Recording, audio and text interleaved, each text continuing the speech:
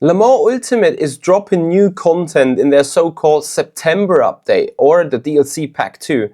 So let's head out into the video they released regarding the news, regarding the updates that are coming to Le Mans Ultimate, and explore them together. Let's get started with the co-op mode. Number 1. Co-op mode.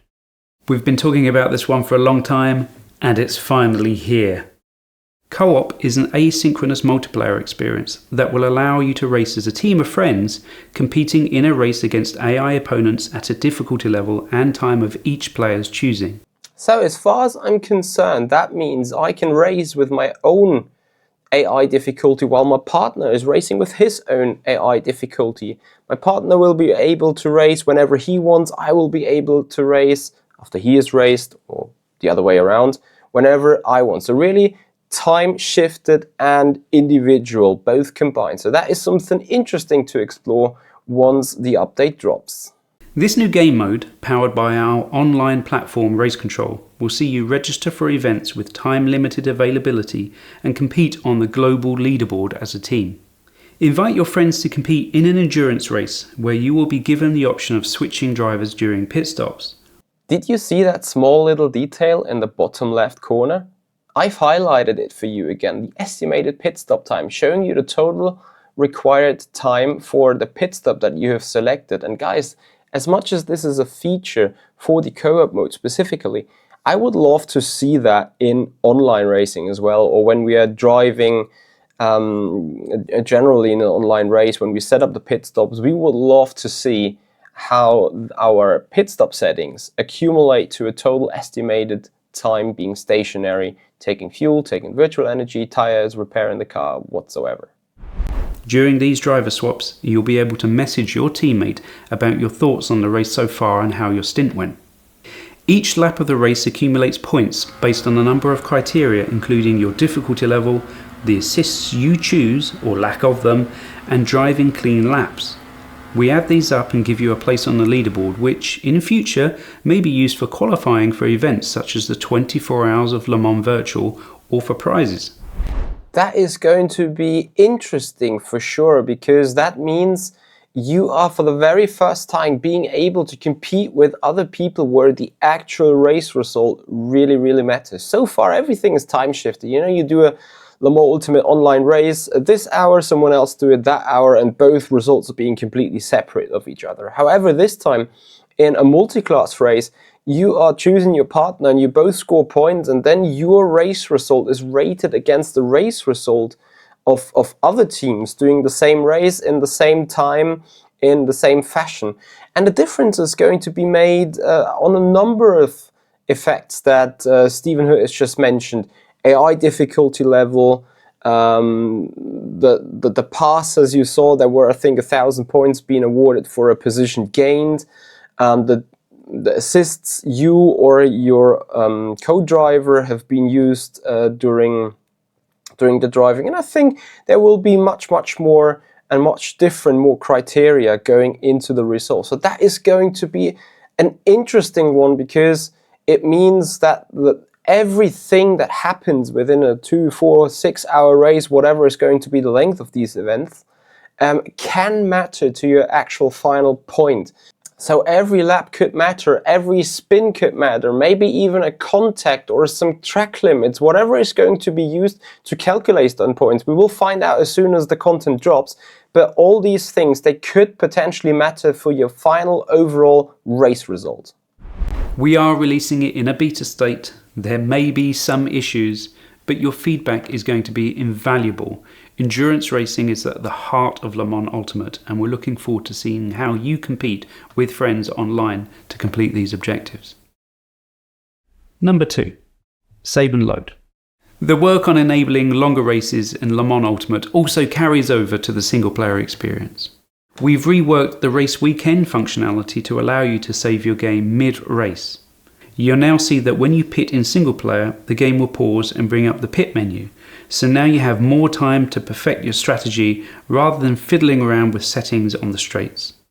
You can save your game during these pit stops and return with all of your progress intact. We also keep hold of up to 3 autosaves when you choose not to manually save at a stop. So for the save and load feature, the same pit stop calculation applies as we've already shown you beforehand. So could that potentially mean it makes its way also into the game in full spin at some time?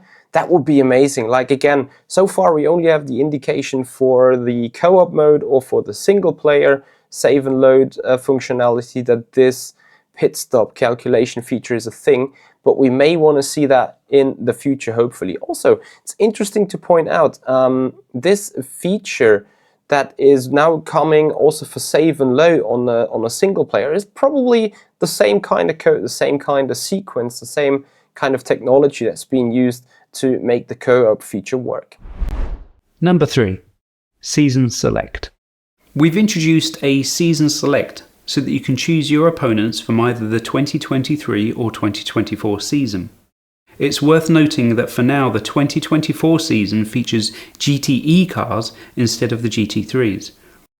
Number 4, Car Select. You'll also see we've replaced the Car Select screen with a more refined version. As we were adding more and more liveries and cars, it was becoming a little crowded. So now you can choose the year, class, their manufacturer, car number, and finally specific liveries for that team. Hopefully you like the improvements here. If you appreciate this video, please give it a like, subscribe us on the YouTube channel, ring the bell to not miss out on more Le Mans Ultimate updates. So with the addition of the remaining 2024 liveries for hypercars, for LMPs, for GTs, you will certainly have an increased immersion when you are running the 6 hours of Spa with all the cars from this year and their iconic liveries to run around you. However, from a personal POV, that is not the biggest point of this update for me. Number 5, Content Updates. We've added all of the remaining 2024 hypercar liveries as well as included the 2024 LMP2 skins to give even greater choice and opponent variety. Additionally, we've improved the force feedback normalization, so there shouldn't be such a variation in strength across the cars. The second pack of the 2024 Season Pass arrives in this release as well. The 2024 Hypercar grid is now complete with the addition of the incredible sounds of the A424 Alpine LMDH car and the plucky independent entry of the Isotta Fraschini. They've both been built with a lot of love from our internal teams and with support from the manufacturers. We can't wait to get them into your hands. The track featuring in Pack 2 is the Circuit of the Americas in Texas, USA. The circuit made its reappearance in the wet calendar just a few weeks ago and adds a dynamic track to the growing roster. Its roller coaster climb and drop, the fast-flowing Sector 1 and a technical and challenging Sector 3 will be hard to master. So personally, I'm looking forward to the Circuit of the Americas. Circuit of the Americas, such an iconic racetrack. I really love it. I love its flow. I love its technical sector, the turns 12, 13, 14, 15, 16 and so on. A combination out of high speed, low speed. So literally it is a perfect testing track because you need straight line speed. You need high cornering performance, you need low cornering performance, rotation, traction. It is going to be a very interesting one to set these cars up. And then of course the Alpine 424 and the Isotta Fraschini making its debut to the Simracing world as well. Hypercars, generally interesting to drive. I love the sound sample that we've just heard of the Alpine. And also the Isotta Fraschini, it looks a little bit like an LMP2 from the front, but it's considered a hypercar. I think it's going to be interesting to see. Personally, I would expect the Isotta to somewhere locate around the Glickenhaus or the Funval maybe, in terms of balance of performance. Let's see where MSG and Le Mans Ultimate have positioned that car within the BOP all around. And of course, as soon as these cars are released, we're gonna run it out on the Circuit of the Americas track. So make sure to subscribe to the channel, ring the bell that you receive that notification when we're taking out the Alpine and the Isotta Fraschini on the iconic Circuit of the Americas circuit on Le Mans Ultimate. Too many circuits in a sentence, right? I'm sorry about that. Number 6, Miscellaneous. Of course, there are numerous things that we have refined and improved as well. An example of this is the car seat position save. This is now per car and not global. We've also tweaked the AI so they're more adept at their fuel management logic, and it'll also drive slower back to the pits after a session. For more details on all of the tweaks and improvements, make sure you read the full release notes. What do you guys think about this update for Le Mans Ultimate in September, the DLC Pack 2? Let me know down in the comments area below what you are expecting.